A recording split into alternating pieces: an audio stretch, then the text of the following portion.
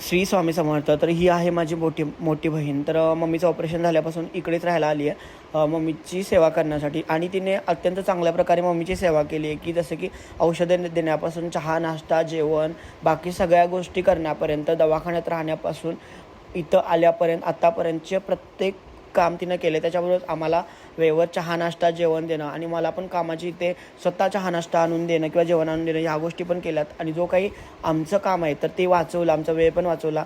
आणि त्याच्यापेक्षा जास्त म्हणजे मम्मीची तिनं काळजी घेतली, हे खूप महत्त्वाचं आहे. आणि हे एक मुलगीच करू शकते, मुलगा नाही करू शकत. त्यामुळे मी हा मेसेज सर्वांपर्यंत पोचवेन, की बरेच जण म्हणतात की आम्हाला मुलगा पाहिजे, तर तुम्हाला मुलगी ही हवीच. कारण आईच्या अडचणीच्या काळात मुलगी हीच मदत करू शकते आणि ती जाऊन येऊ शकते. मुलगा बाकीच्या गोष्टी करू शकतो, पण ज्या पर्सनल गोष्टी असतात त्या करू नाही शकत. आणि त्या माझ्या बहिणीनं पार पडल्या आणि आज फायनली ती तिच्या घरी गेली. थोडंसं वाईट वाटलं, पण मला हा मेसेज पोचावाच वाटला म्हणून पोचवला. तुम्हाला कसं वाटलं कमेंटमध्ये सांगा. श्री स्वामी समर्थ.